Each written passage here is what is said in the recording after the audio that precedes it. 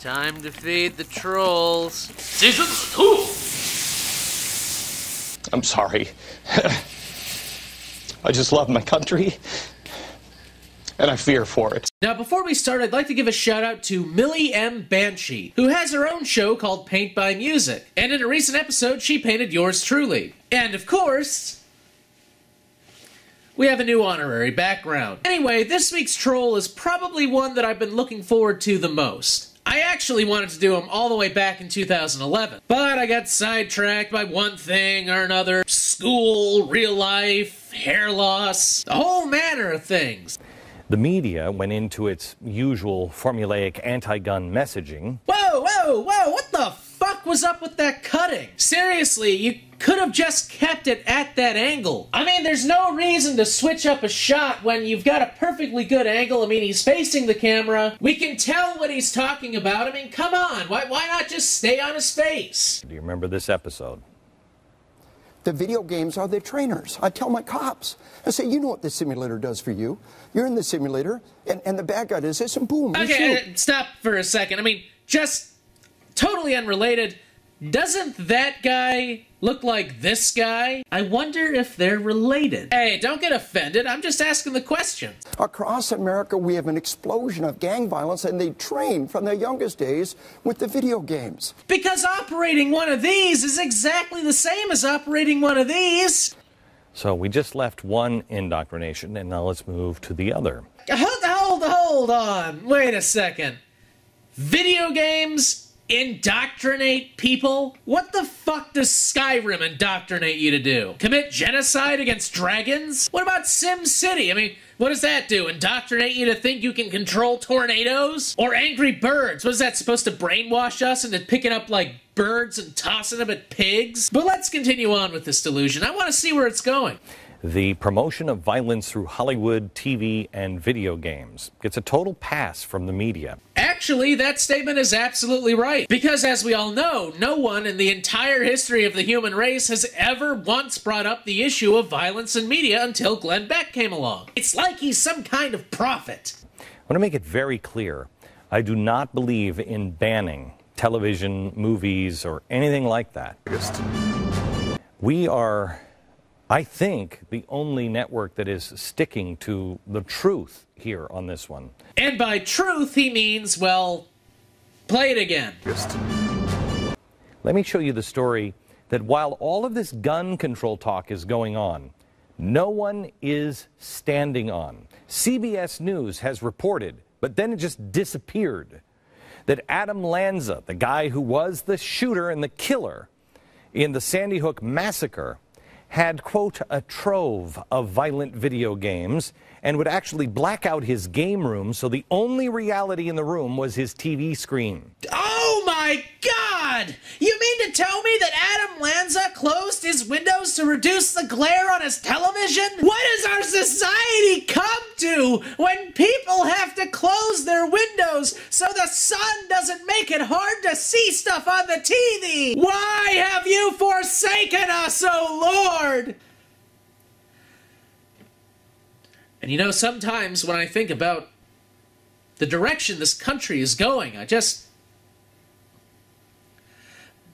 I can't help but want to buy gold from Goldline. Goldline, selling overpriced gold coins to old people. Lanza apparently chose Sandy Hook because it was the easiest target. Of course, it's a gun-free zone, and also had the largest cluster of people. Lanza saw his victims as merely characters in a video game. Hear me clearly. This is exactly what we reported on the week this happened, that they were mere characters in a video game. And he believed every kill would increase his score. And Glenn Beck knows this because through the powers of speculation, he's able to read the mind of a dead person. We are living in dangerous and perilous times. And the only way we're going to survive this world together is by linking up through FreedomWorks. FreedomWorks. We're totally not one of the many faces of Coke Industries. We have to do everything we can to make sure that the heart does not grow cold.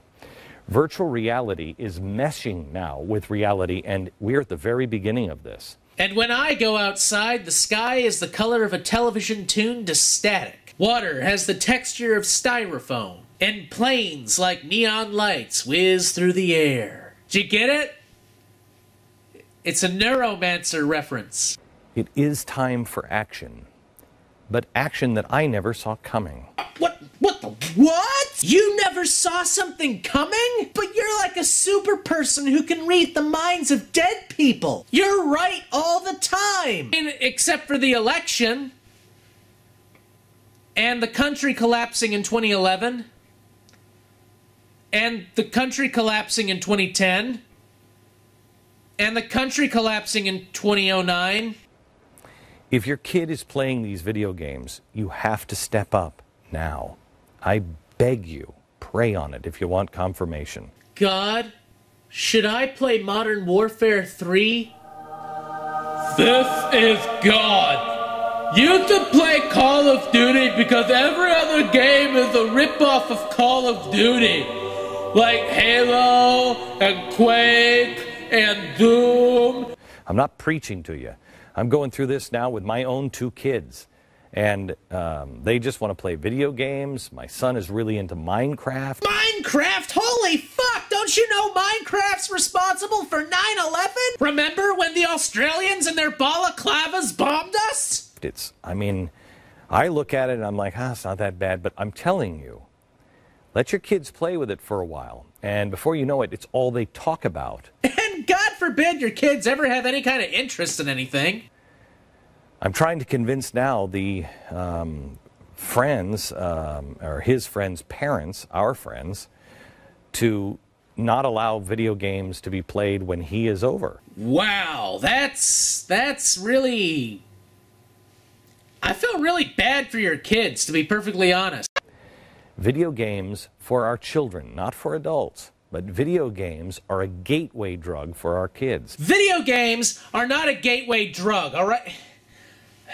Damn it, hold on, I'm getting the itch.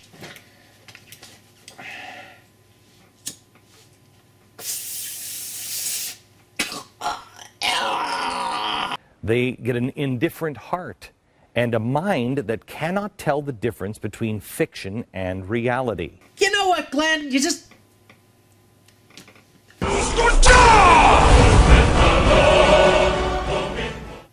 What? Don't look at me like that, it works!